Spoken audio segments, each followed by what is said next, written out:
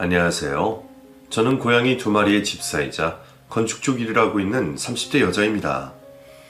시댁에 호되게 당한 이유로 이름에 시자 들어간 사람만 마주쳐도 몸에 경기를 일으킬 때가 있었는데요. 그때의 일들을 여러분들 앞에서 꺼내보려고 합니다. 처음에는 저도 시어머니가 천사 같은 분이라고 생각했어요. 넉넉한 형편은 아니었지만 자식만큼은 부족함 없이 자라게 해주고 싶어서 도둑질 빼고는 안 해본 일 없이 다 해봤다며 살아온 이야기를 무용담처럼 이야기해 주시곤 하셨습니다. 당시 시댁은 작은 원룸에 살고 있었는데 갈 때마다 옹기종기 모여서 음식을 하는데 환기도 잘 안 되고 불편한 게 한두 가지가 아니더라고요. 그래서 명절 때만큼은 저희 집에서 보내자고 제안했고 그 후로는 대부분의 가족 모임을 저희 신혼집에서 보내게 되었네요. 저희 집에 오실 때마다 시어머니께서 이런 말씀을 하시더라고요. 이런 집에 살면 유리알만 나겠다. 주방도 넓고 식탁도 넓네? 나도 이런 데 살고 싶네. 자주 오시면 되죠. 아유, 왔다 갔다 다리 아파서 힘들어서 자주 못 와. 응. 어머님은 살고 싶으신 곳 있으세요? 그냥 공기 좋은 곳에서 넓은 주택 지어서 살아봤으면 소원이 없겠어. 주택이요? 아, 마당에 식물도 키우고 의자 하나 갖다 놓고 차도 한잔 마시면서 여유롭게 살면 걱정이 없을 것 같아? 그렇게 사시면 되죠. 에휴, 죽기 전에 그렇게 살 수 있는 날이 올까? 그럼요. 제가 돈 많이 벌어서 어머니 그렇게 살 수 있게 해드릴게요. 나 생각하는 사람은 며느리뿐이네. 에휴, 아들 둘 키워봐야 아무 소용이 없다니까? 가뜩이나 매달 용돈도 받아가지고 미안해 죽겠는데. 저희가 할 수 있는 만큼 해드리고 싶어서 그래요. 부담 없이 받아주세요. 가난한 시댁 만나서 네가 고생이 많다. 우리 부족한 아들이랑 같이 살아줘서 고마워. 그런 말씀 마세요, 어머님. 제가 더 감사하죠. 처음 결혼을 마음먹었을 때 친정의 반대가 조금 있었어요. 저희 부모님 입장에서는 귀하게 키운 딸 호화롭지 못하더라도 그래도 걱정되지 않을 만큼만 살아줬으면 하는데 그에 못 미치는 시댁에 시집을 간다고 하니 속상할 만하잖아요. 그래도 그때는 남편과의 사랑이 한창 뜨거울 때였기 때문에 귀에 들리는 게 아무것도 없었어요. 그저 이 사람만 있다면 내 인생을 전부 바칠 수 있을 거라 생각했죠. 지금 와서 생각해보면 어른 말씀 틀린 거 하나 없는데 괜히 제가 오기를 부렸던 것 같기도 하네요. 성실한 남편이었긴 했지만 약간 수완이 부족하다고 해야 할까요? 손을 대는 것마다 그저 그런 성과를 보여주더라고요. 일단 출발점은 남들보다 뒤처질지는 몰라도 저도 열심히 살면서 조금씩 앞으로 나가면 충분히 해낼 수 있다고 생각하는 편이었는데 남편과 살면 어딘가 모르게 출발점에서 점점 뒤처지는 기분이 들었어요. 그게 저로서는 불만이었죠. 그런 저희의 사정을 이미 알고 있었던 친정 부모님은 매달 저희에게 생활비를 주셨습니다. 처음에는 싫다고 거절했지만 막상 결혼하고 살림을 꾸려나가다 보니까 한 푼이 아쉽더라고요. 그래서 염치 없게 그 돈을 받고 말았네요. 솔직히 친정이 아니었으면 저희는 적자에다가 거지꼴을 면하지 못했을 거예요. 친정 부모님께서 매달 주시는 돈으로 저희는 시댁에 용돈을 조금씩 드리곤 했습니다. 시어머니는 그런 저에게 고맙다고 가끔씩 반찬을 잔뜩 해다 주시곤 하셨어요. 결혼 생활은 늘 장점과 단점이 있는 거라고 생각했어요. 비록 경제적으로 넉넉하지 못한 시댁에 시집을 오긴 했지만 그래도 시집살이는 없었거든요. 저는 그걸로 만족했어요. 다른 건 몰라도 사람 스트레스는 정말로 견디기 힘들 것 같아서 오히려 다행이라 생각했네요. 저희 부모님도 딸이 나름 잘 해내고 있는 모습을 보시더니 안심하시더라고요. 그러던 어느 날이었어요. 저에게 전화를 잘 하지 않던 친정아빠가 저에게 전화를 거셨더라고요. 부재중 전화가 찍혀 있길래 확인하자마자 바로 전화를 드렸죠. 아빠, 무슨 일 있어? 지금 시간 되냐? 왜? 잠시 집으로 좀 와라. 할 말이 있으니까. 평소와는 다른 분위기에 약간 긴장을 하면서 친정집에 갔습니다. 갔더니 엄마는 울었는지 눈이 퉁퉁 부어 있었고 아빠는 가만히 요지부동인 채로 소파에 앉아 계셨어요. 그 모습을 보니 더 불안하더라고요. 무슨 일 있어? 분위기가 왜 그래? 너희 아빠 암이래. 엄마가 건넨 한마디에 저는 가슴이 무너지는 줄 알았습니다. 암? 무슨 암? 대장암, 말기라고 그러더라. 수술은, 치료는 방법이 있을 거 아냐. 수술이 어려울 수도 있대. 말도 안 돼. 다른 병원 가봐야지. 글쎄 네 아빠는 그냥 치료도 안 받는 덴다. 아빠 미쳤어? 할 수 있는 건 다 해야지. 아빠는 모든 걸 내려놓은 듯한 표정으로 저에게 괜찮다고 하시더라고요. 그 표정을 아직도 잊을 수가 없네요. 아빠는 괜찮아. 지금 병원 신세를 지면 아까운 인생이 얼마나 많이 지나가겠어. 그냥 하고 싶은 거 하며 살다가. 싫어. 가족 입장은 생각 안 해? 지금 아빠 너무 이기적인 거 알아? 나는 절대로 아빠 이대로 못 보내니까 내가 하라는 대로 해. 지금 당장 다른 대학병원 명의라는 명의는 다 찾아가보고 검사도 다시 받게 할 거야. 아빠는 끝까지 치료받을 생각만 해. 그리고 아빠 병간호는 내가 할 거야. 시집도 간 애가 무슨 아빠 병간호야. 그게 뭐가 어때서? 내가 하고 싶은 대로 할 거니까 아빠는 제발 좀 내 말 들어. 괜히 고집 부리지 말라고. 그날 아빠를 붙잡고 얼마나 많이 울었는지 몰라요. 항상 건강하실 것만 같았던 아빠가 암이라는 소식을 듣게 되니까 정말 인생의 덧없음을 느끼게 되더라고요. 그날 결심했어요.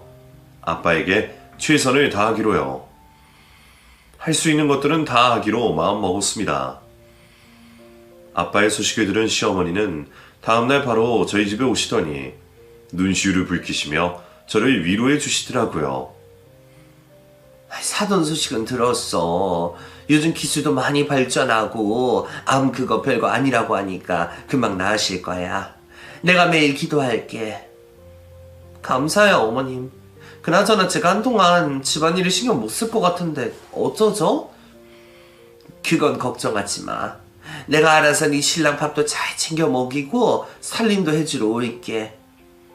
감사합니다 어머님. 그나저나 앞으로 마음 단단히 먹어야 한다.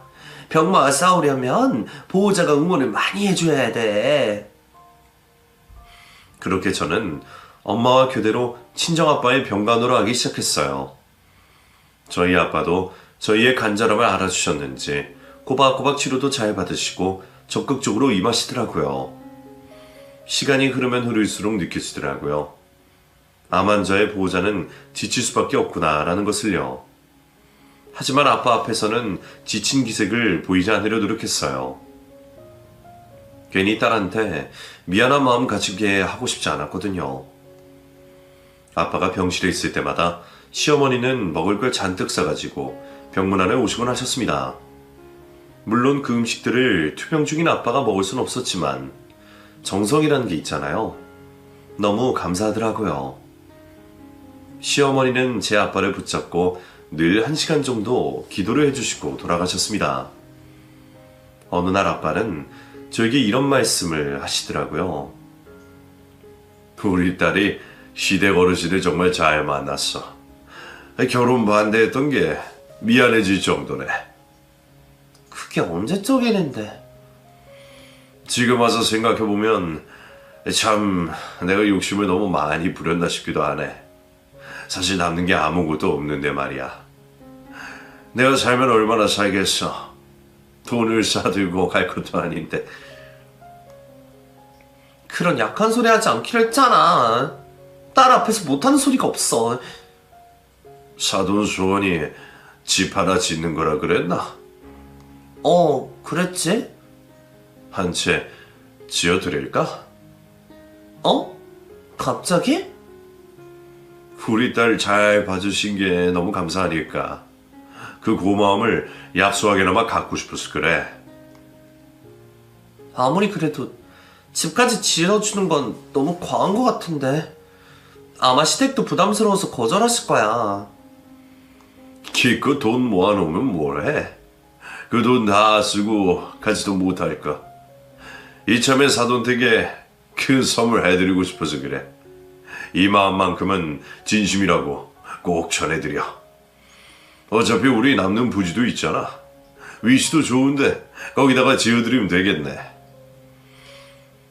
시한부 인생을 살게 되었던 저희 아빠는 저희 시댁을 위해 선물 하나를 하고 싶다며 집을 쥐어주고 싶다고 하셨어요. 솔직히 시댁에 그 말을 전달하는 게 어렵더라고요.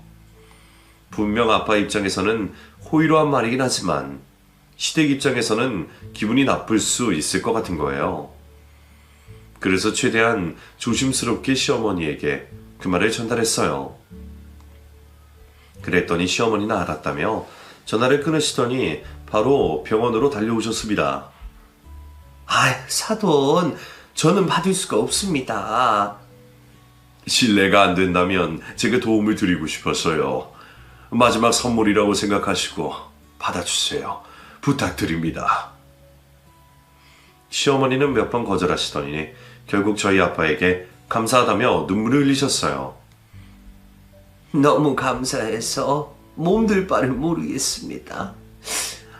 거절하는 것도 예의가 아닌 것 같고 정말 감사합니다. 앞으로 진짜로 잘 살겠습니다.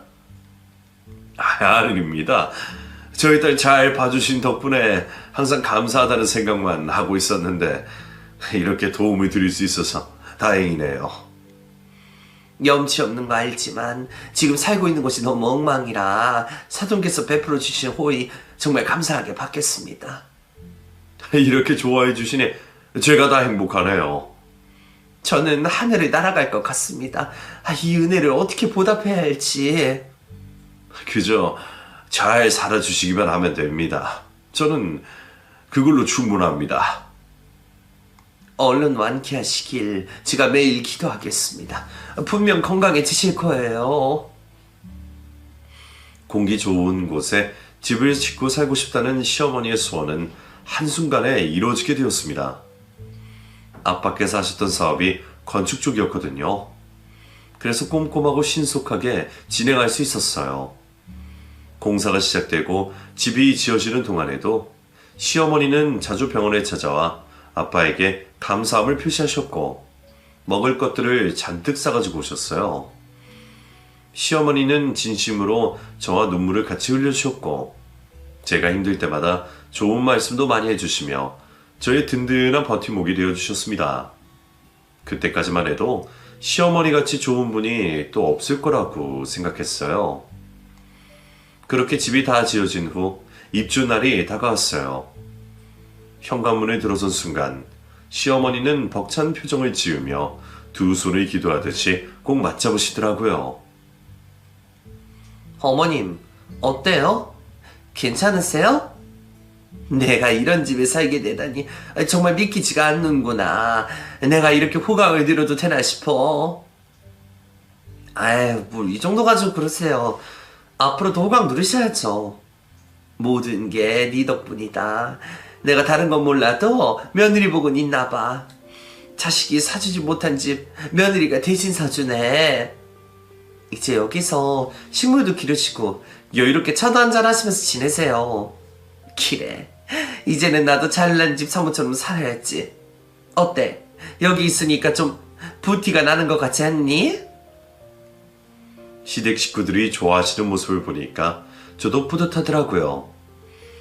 이제는 이곳에서 음식을 해도 환기도 잘 될 거고 빨래를 널어둘 곳이 생겼다는 게 좋더라고요. 시어머니는 이 넓은 집을 어떻게 다 꾸미냐며 난감해하셨지만 하나하나 취향대로 가구를 사모으면서 시어머니 스타일대로 꾸미셨어요. 그러던 어느 날 시어머니는 저에게 사진 하나를 보여주시더라고요. 딱 봐도 고급스러워 보이는 소파였죠. 어때? 이거 정말 예쁘지 않니? 네, 고급스러워 보이는데요. 너무 예뻐서 하루 종일 이것만 쳐다보고 있어. 얼만데요? 그렇게 막 비싼 건 아니야. 2천만 원 정도? 네? 소파가 2천만 원이라고요? 요즘 소파가 얼마나 비싼데. 우리 집에 놓으면 딱 이쁠 것 같은데, 아휴, 이걸 살 돈이 없네. 안 그래도 어머니께 이상형 선물해드리고 싶었는데 이걸로 받고 싶으세요? 이왕이면 좋은 거 받는 게 좋지. 평생 쓸 건데. 좋은 집에 허름한 소파를 놓으면 집까지 허름해 보인다니까. 이사를 가더니 시어머니는 한층 눈이 높아지신 것 같더라고요.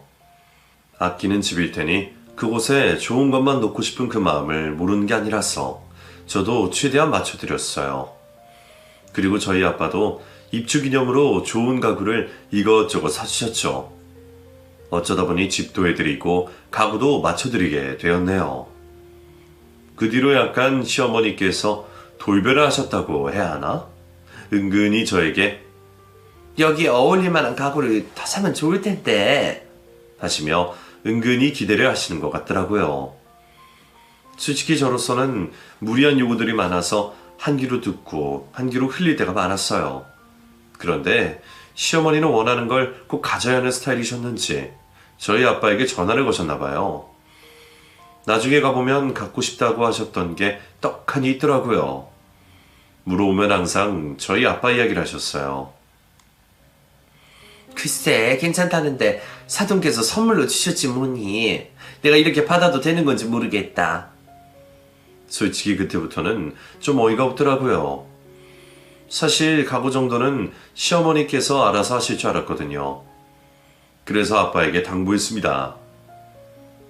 아빠, 우리 시어머니한테 전화 오면 이제 받지 않는 게 좋을 것 같아. 그래도 해드리는 김에 확실하게 해드리면 좋지. 나는 괜찮으니까 신경 쓰지 마라. 아빠가 괜찮다고 하시는데 제가 나서서 그러지 말라고 할 수도 없고 그냥 지켜보기로 했습니다. 문제는 그 이후로 본격적으로 시작됐어요. 받을 것들을 다 받은 후로 시어머니는 저희 아빠에 대한 관심을 뚝 끊어버리셨습니다. 매주 드나들던 병문안도 더 이상 오지 않으시더라고요.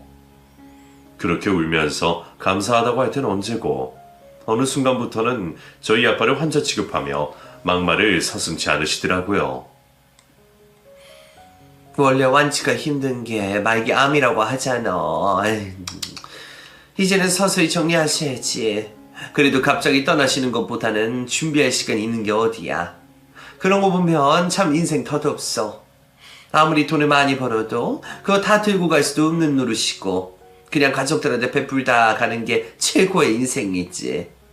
그나저나 사돈 말이야. 건축 사업 하셨으면 자산 규모는 어느 정도 되나? 글쎄요. 저한테 자세한 자산 규모를 이야기하신 적이 없어서요. 나중에 돌아가시면 그 사업은 누가 물려받니? 네? 아니, 어쨌든 시험 보라고 하셨잖아. 냉정하게 들릴지 모르겠지만 미리 준비해야 하는 게 맞지 싶어서 그래. 어차피 너 외동딸이잖아. 건축 쪽에는 흥미가 없다며? 아무래도 사이한테 물려주는 게 더 안정적이잖아. 우리 아들 둘한테 건축일 좀 미리 배워놓으라고 할까? 괜찮아요, 어머님. 저희 아버지도 그 사업을 자식이 물려받길 원하지 않으셨어요. 그럼 사업 대신 유산을 물려주시려나? 분배는 어떻게 하실지 안 정했어? 아무리 그래도 딸을 우리 쪽에서 평생 책임지는데 우리 쪽에도 조금 주시는 게 맞지 않나 싶은데. 네? 저희 아버지 유산을 시댁에요? 어차피 돈도 많으시다며. 한쪽에 많이 몰아주는 것보다 이곳저곳 분배하는 게 상속세도 덜 내고 좋지 않겠어?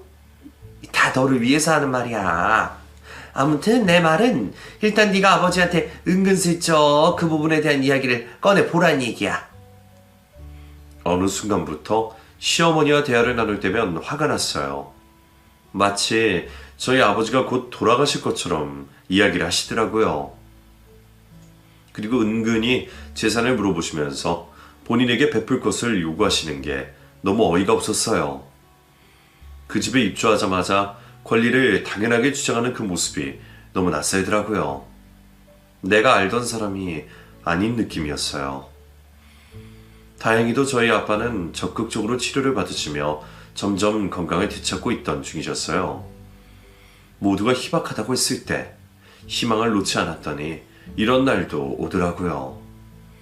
잘 되다가 한순간에 다시 절망이 찾아오고 또 잘 되다가 한순간에 다시 지옥이 찾아오는 게 일상이었기 때문에 아빠의 건강에 대해서 시댁에 함부로 말할 수가 없었어요.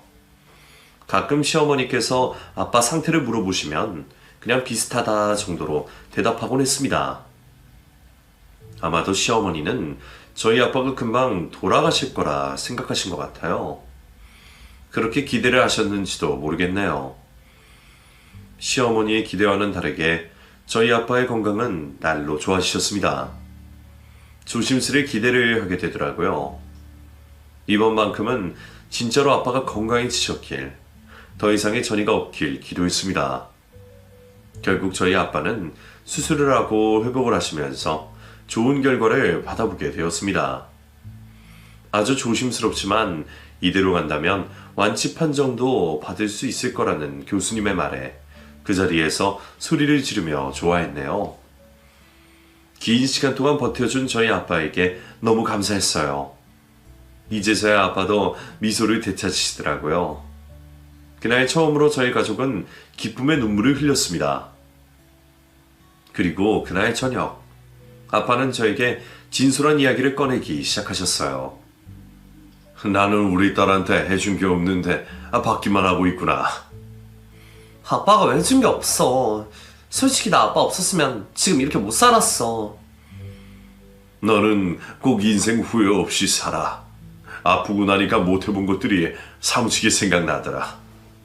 남들을 의식해서 결혼하고 애 낳고 살 바에는 그냥 하고 싶은 거 하고 사는 게 최고지. 아빠가 웬일이야?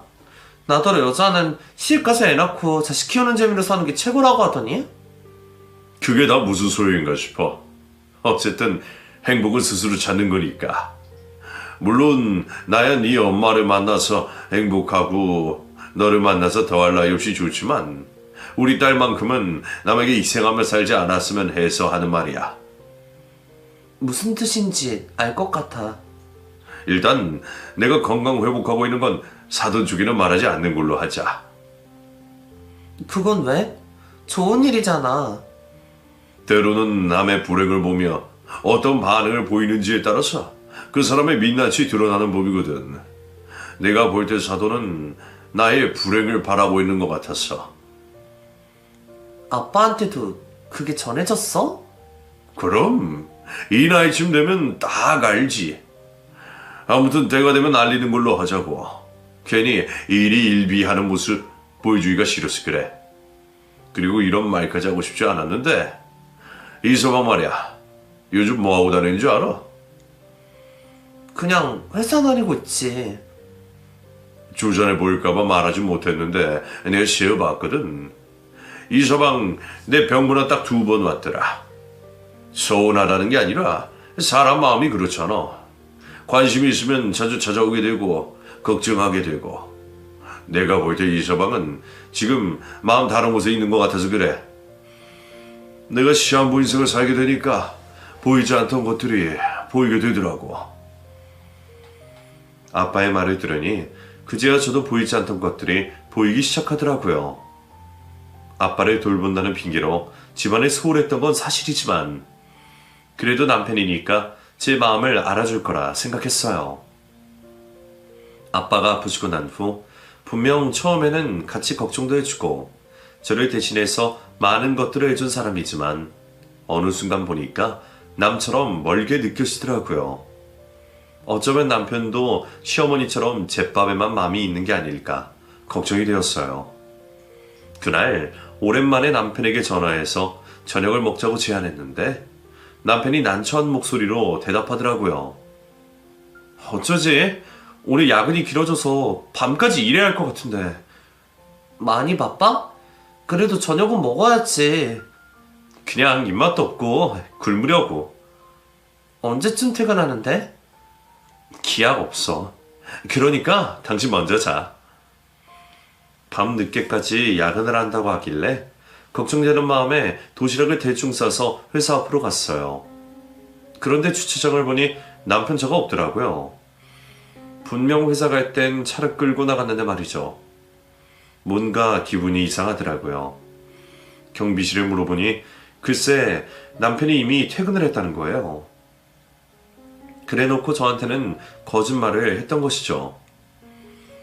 그날 집에 돌아와 아무렇지 않은 척 침대에 누워있으니까 새벽 1시가 다 되어서 남편이 집에 들어오더라고요.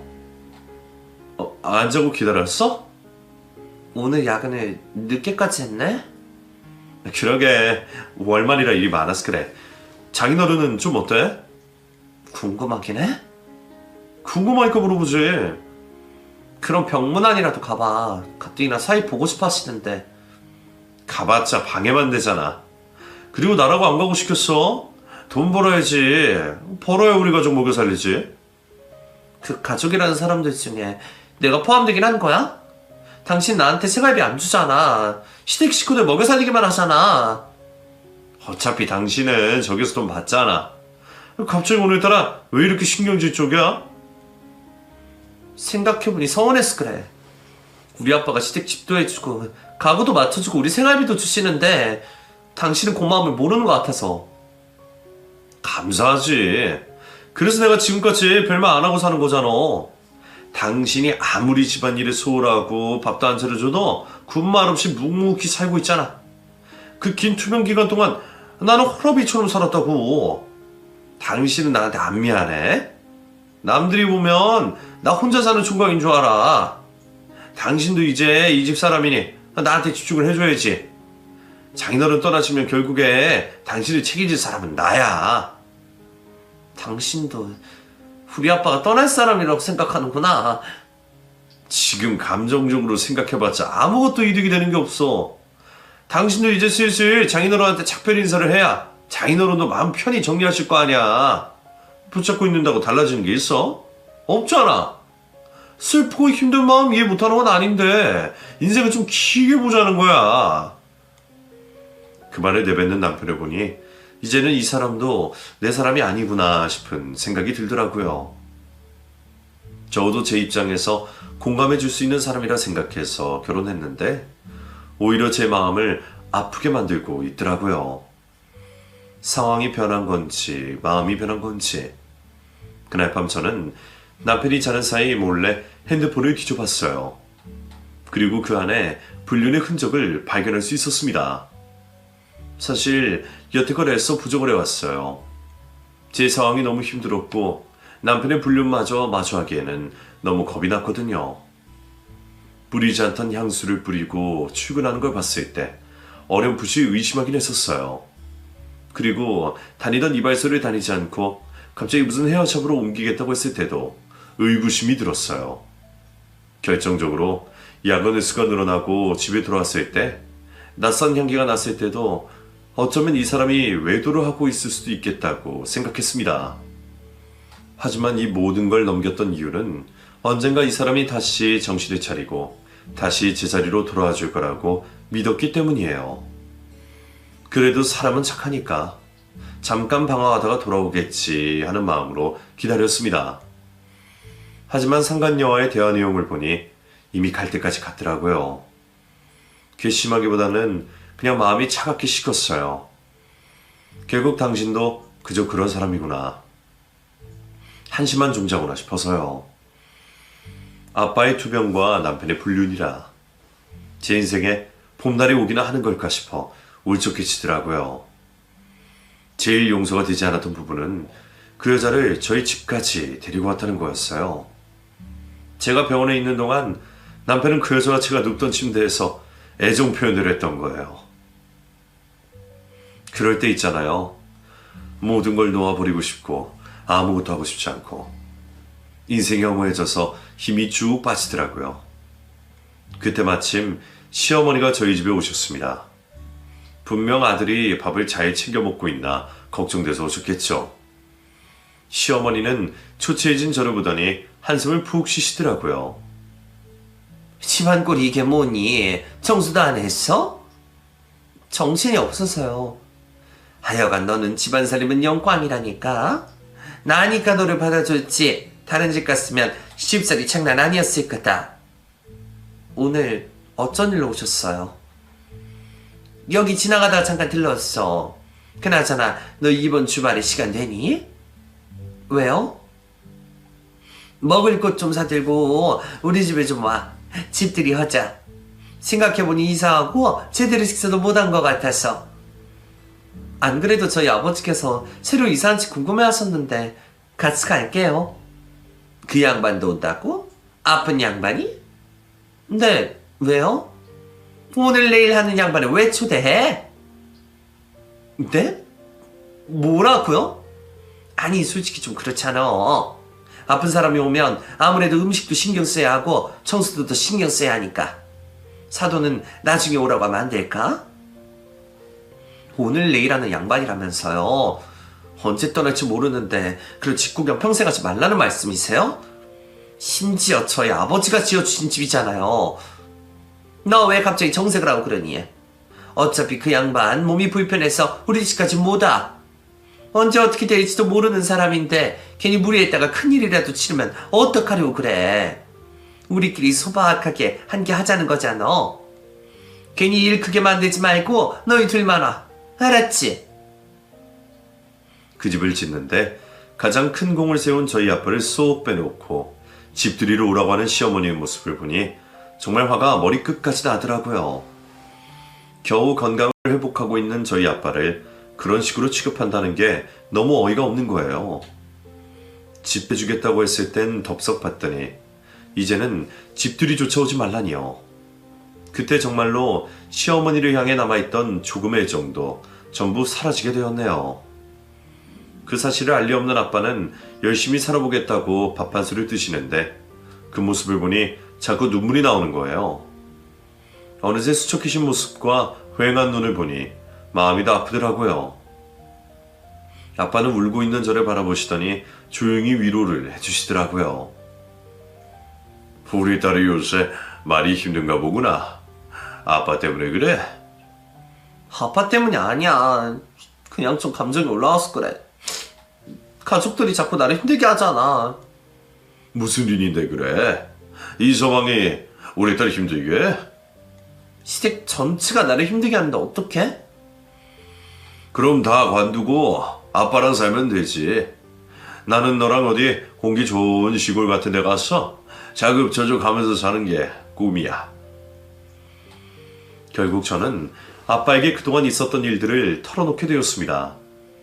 남편의 불륜을 알게 되었던 일, 시어머니가 제 마음을 아프게 했던 발언들, 결국 집들이에 아빠를 초대하지 않기로 했던 일 등등. 얘기를 하다 보니 끝도 없이 나오더라고요. 저도 여태껏 많이 서러웠는지 한번 털어놓으니까 쉴 새 없이 이야기를 하게 된 거예요. 아빠는 묵묵히 제 이야기를 들으시더니 담담하게 이렇게 말하시더라고요. 어느 정도는 예상했다. 사람 마음이 원래 그래. 그래도 지금이라도 민낯을 확인했으니 얼마나 다행이냐. 너도 너무 슬퍼하지 말고 조금씩 정리하도록 해라. 안 그래도 아빠 아픈데 더 마음 아프게 해서 미안해. 그 말을 들으니까 더 건강해져야겠다는 생각이 드네. 내가 반드시 건강해져서 보란듯이 잘 살 거야. 그리고 그날 집들이에 꼭 가야겠다. 그날 아주 오랜만에 아빠의 반짝거리는 눈빛을 봤어요. 무언가를 결심하셨을 때 나오는 눈빛이었죠. 사실 결혼 생활을 하면서 유일한 가족이 남편이라고 생각하며 살았는데 남편은 그야말로 돌아서면 남이나 마찬가지더라고요.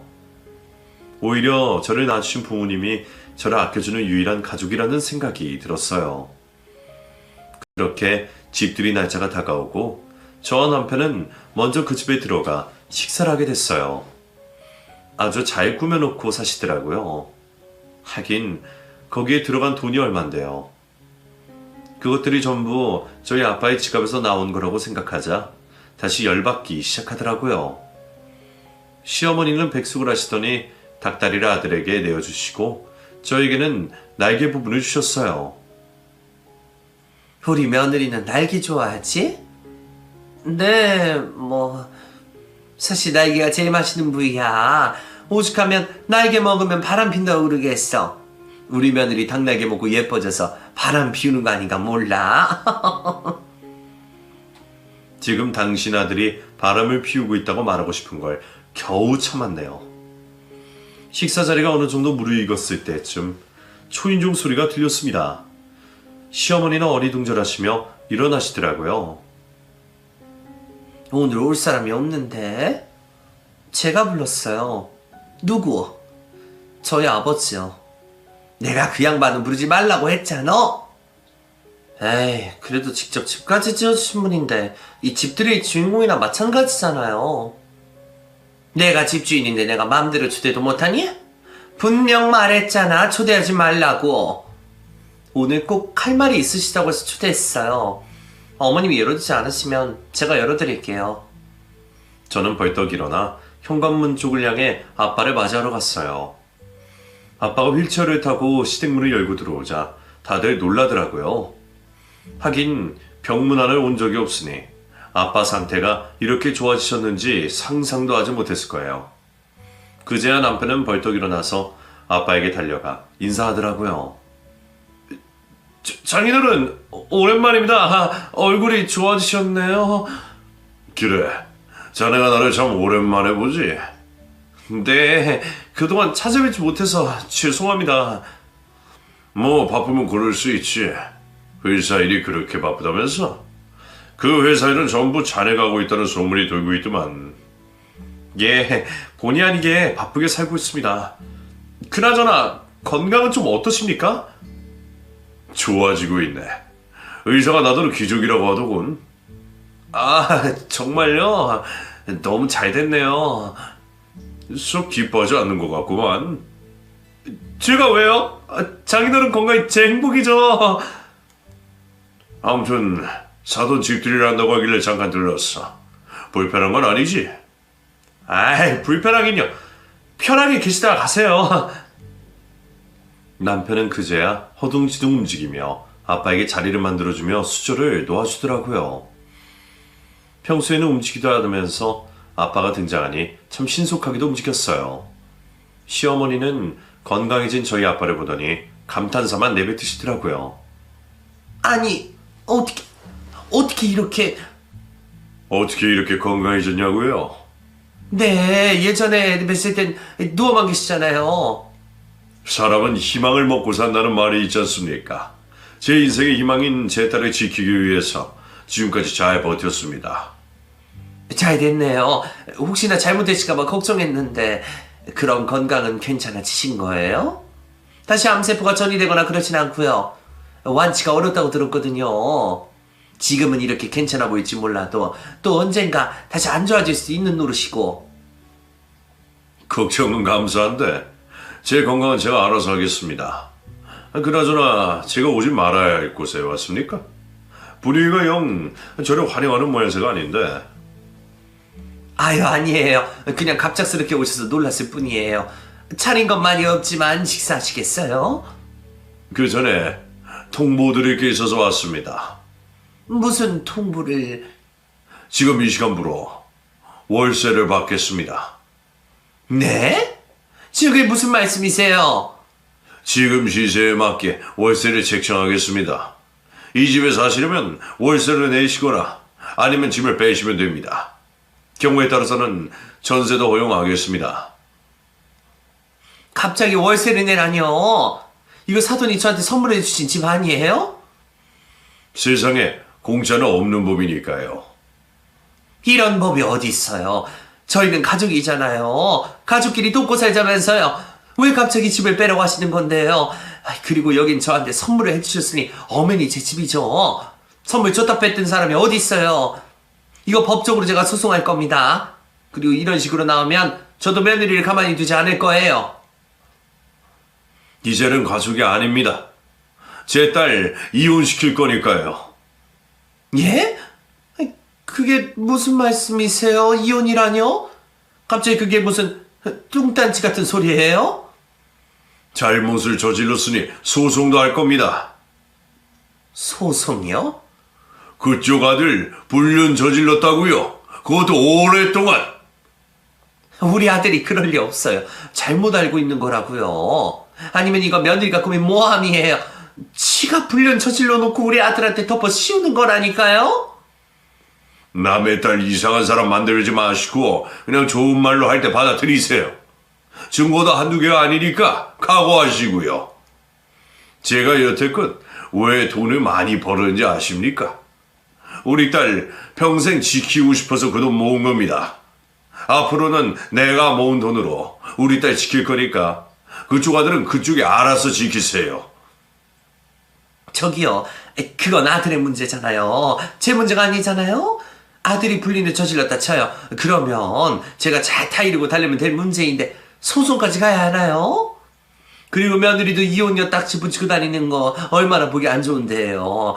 저희 아들이야 뭐 이혼해도 별 영향 없지만 여자한테는 다른 문제잖아요. 이거 신중하게 생각하셔야 할걸요. 이제는 하다 성별로 협박을 하기 시작하네. 요즘에 이혼이 뭐가 흠이라고? 당신같이 남의 집에 기생하면서 뻔뻔하게 권리만 주장하는 인간들보다 훨씬 나으니까 걱정하지 마세요. 주장할 만하니까 주장하죠. 이 집 전부 내가 꾸미고 내가 가꾼 거예요. 내 지분이 있는 거라고요. 그럼 이 집을 짓게 만들어준 땅의 주인은 누구일 거라고 생각합니까? 그리고 이 집을 짓는데 들어간 재료도 노동력도 하다못해 이 집 안에 있는 가구도 전부 누구 돈으로 마련한 겁니까? 양심이 있다면 말이라도 말든가. 떠나기 싫어서 끝까지 발악하는 것 같은데 그래봐야 소용없어요.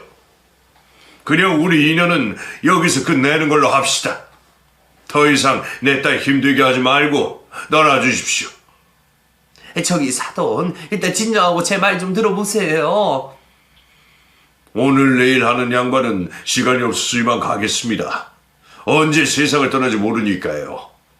아무튼 이번 주 내로 집 비워주시죠. 그러지 않으면 용역 불러서 철거하든지 하겠습니다.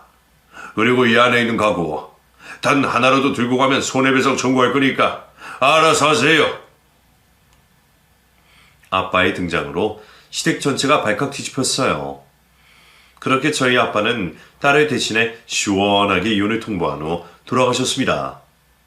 저도 아빠를 따라가려고 하는데 시어머니가 필사적으로 붙잡더라고요. 우리 며느리 나랑 얘기 좀 해야지. 저는 할 말 없고요. 아버지랑 같은 의견이에요. 갑자기 이러는 법이 어디 있어. 아니 그리고 솔직히 네 남편 간섭 못한 네 잘못도 있는 거 아니니? 남자가 오죽하면 다른 곳에 눈을 돌렸겠어. 얼마나 외롭고 힘들면 그런 유혹에 빠졌겠어.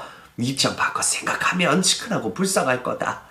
너도 언젠가 남편 이해하게 되는 날이 올 거야. 아니요. 저는 바람피우는 인간들 딱 질색이라서요. 그냥 이혼할게요. 내가 대신 사과하마. 그러니까 한 번만 다시 생각해다오.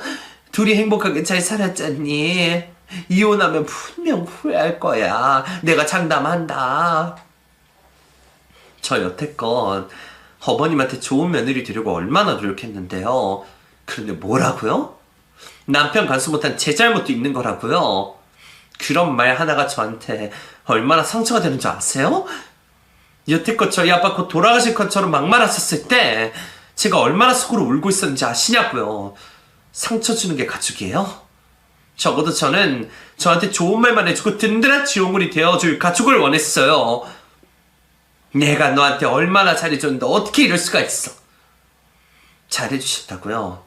제가 당한 것들 여기서 쭉 나열해 볼까요? 그러면 2박 3일도 부족할걸요.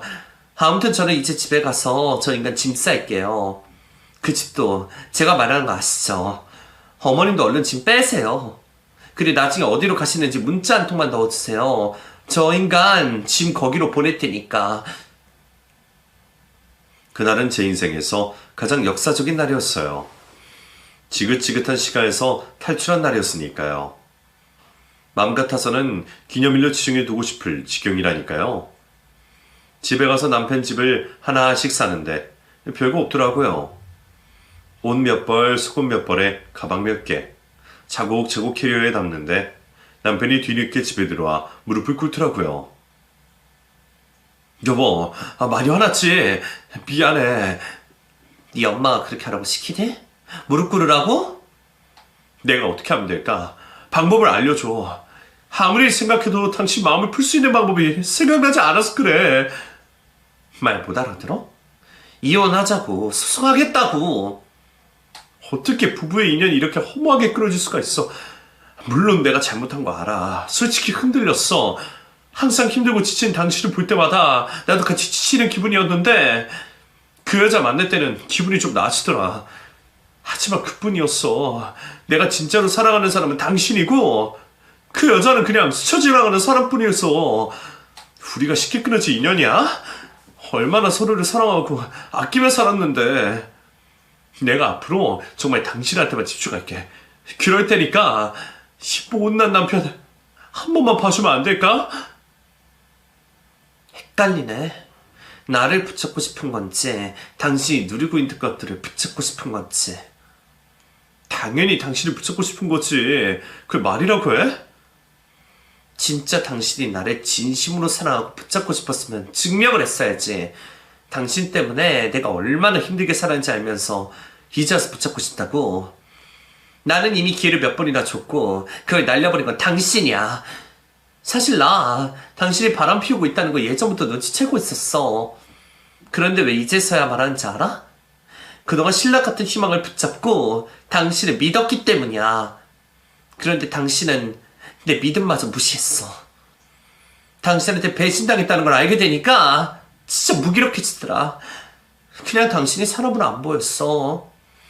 앞으로도 쭉 당신을 이해할 수 없을 것 같아서 이혼을 결심한 거야. 그러니까 더 이상 헛수고 그만하고 짐 가지고 나가줘. 여보, 나 진짜 이대로 못 헤어져. 절대로 못 나가. 짐 다 밖으로 던져버리기 전에 당장 나가. 안 그러면 경찰 불러서 내쫓을 테니까. 손이 발이 되도록 싹싹 빌던 남편은 결국 밖으로 쫓겨나게 되었어요. 내가 이 사람을 왜 사랑했을까? 대체 어디를 보고 결혼을 했던 걸까? 현타가 오더라고요. 그제야 저희 부모님이 왜 이 결혼을 반대하셨는지 어렴풋이 이해가 되었고 너무 죄송하더라고요. 비록 결혼 생활은 한번 실패하긴 했어도 그래도 아빠 건강은 되찾게 되어서 다행이라고 생각했어요. 소송을 통해 이혼을 하게 되어 생각보다 긴 시간이 걸렸습니다. 하지만 지치지 않았어요. 저에게 피해를 줬던 상간녀와 남편, 그리고 시어머니에게 조금이라도 복수를 하고 싶었거든요. 생각해보면 정말 괘씸하더라고요. 며느리 하나만 믿고 그렇게 권리를 주장하며 살았던 거잖아요. 그래봐야 이혼하면 모든 권리가 끝이 날 텐데 그걸 상상도 하지 못한 채로 며느리를 만만하게 봤다는 게 너무 웃기더라고요. 아무튼 시어머니가 비워준 그 집은 현재 제 사무실로 요긴하게 잘 쓰고 있습니다. 이혼을 하게 된 후 신혼집을 처분하고 아빠가 원하시는 대로 서울 근교에 공기 좋은 곳에 집을 하나 마련해서 부모님을 모시게 되었어요. 그리고 그때부터 가업을 물려받기 위해서 건축 공부를 하기 시작했습니다. 원래 건축이라면 치가 떨리도록 싫었는데 배우고 나니까 천직처럼 잘 맞더라고요. 아빠가 힘들게 이어오신 사업이니까 제가 열심히 이어가 보기로 다짐했어요. 무엇보다 저희 아빠의 건강이 날로 좋아져서 너무 행복합니다.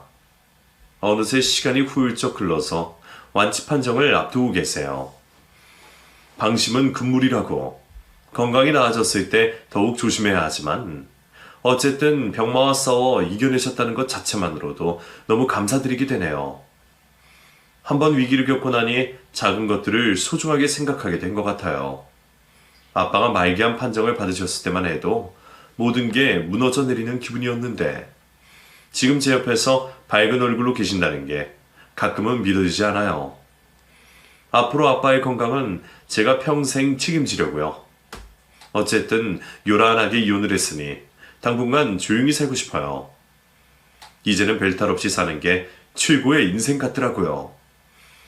앞으로 아프지 않고 건강하게 살길 기원하는 마음으로 정성을 담아 사연을 써보게 되었습니다. 부디 여러분들에게 희망을 줄 수 있는 사연이 되었으면 좋겠네요. 마구잡이로 써봤는데 여러분들께 잘 전달이 될지 모르겠어요. 용기 내어 보내드리니 꼭 좀 읽어주세요. 감사합니다. 그럼 저는 이만 다시 일하러 가보겠습니다.